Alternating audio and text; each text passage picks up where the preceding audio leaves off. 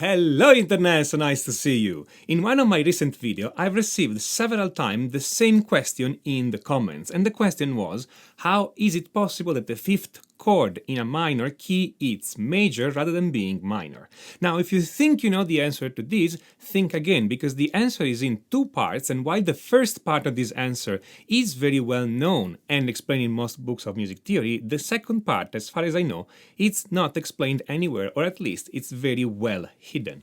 So let's see what this is all about. Let's start by writing down our A minor scale, A, B, C, D, E, F, G. If we want to see what triads are in this scale, we proceed this way. We take the first note A, we take every other notes, C and E. A, C, E is an A minor triad, and then we proceed the same way for all the other triads. So B, we take every other note, B, D, F, that's a B diminished triad. C, C, E, G, that's a C major triad, and so on and so forth. We find D minor, E minor, F major, and G major. And now the most attentive among you already noticed that I made a mistake, because I called this the A minor scale, when I should have called it instead the A natural minor scale, or equivalently, the A Aeolian scale.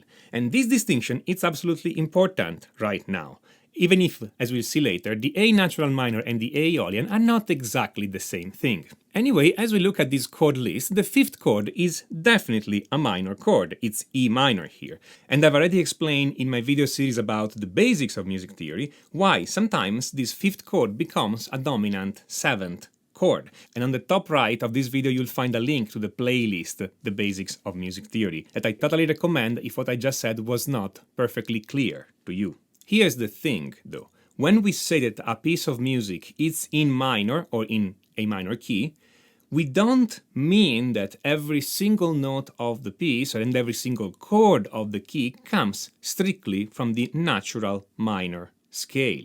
In fact, quite the opposite. It is pretty well known, but I'm explaining it here, that when you have a piece in minor, you can go beyond the natural minor scale. And in fact, it is even more common in some styles like classical music to not even take notes from the natural minor scale, but instead take the notes from the auxiliary scales of minor, meaning the harmonic minor and the melodic minor. So the harmonic minor is like a natural minor scale with a raised 7, A, B, C, D, E, F, G sharp. And the melodic minor raises also the 6th, A, C, D, E, F sharp, G sharp. Traditionally, like the name themselves say, we take chords from the harmonic minor scale and we take melodies from the melodic minor scale. But of course, this is not a strict hard and fast rule. In principle, it's possible to take chord from the melodic minor and fragments of melody from the harmonic minor scale, and of course you can use the natural minor scale anywhere you want for both chords and melodies. But again, in general, when we say that a piece is in minor, it means that the chords of this piece can be taken equally well from the natural minor scale or the harmonic minor scale. Now, the harmonic minor scale has only one note of difference, this G sharp. If we look at the chords, at the triads at least, most of these chords are the same. A minor is the same.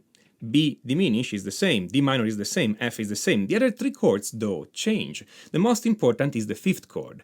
It goes from E minor to B, E. And this E triad, it's an E major triad, and if you look at the seventh note, which is D, becomes an E dominant seventh chord. The other two chords are important too. The chord built on the 7th degree becomes a G diminished, and in fact if you look at the 7th note, it becomes a G diminished 7th chord, a fully diminished chord, and this chord is used actually quite often. And the chord built on the 3rd degree goes from being a C major chord to be a C augmented triad, C, E, G sharp. And this chord it's used too, though it requires a little bit of care to make it work in a fluent way. So those three chords are fair game to use in any piece that is in A minor. Of course, the most common one to use is the fifth chord, E or E7. So far, I've been saying things that you can find in most books of music theory.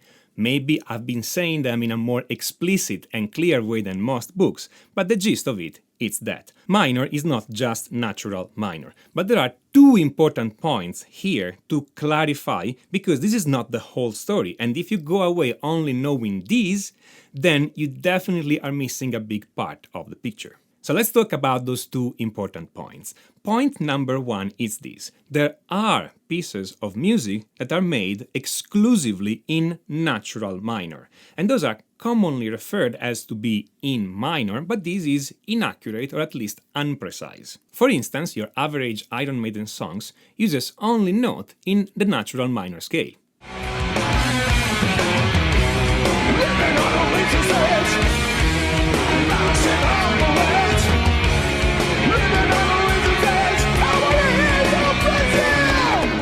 And with this, I don't mean to say that Iron Maiden are not good musicians or good composers. I actually love Iron Maiden. What I mean to say here is that this is a specific sound that is different than minor in general. So we should find a way to distinguish those two situations. And the thing is, we already have the words, we just don't use them, because we have a perfectly good name for pieces that use only the natural minor scale, which is not just saying that those pieces are in minor.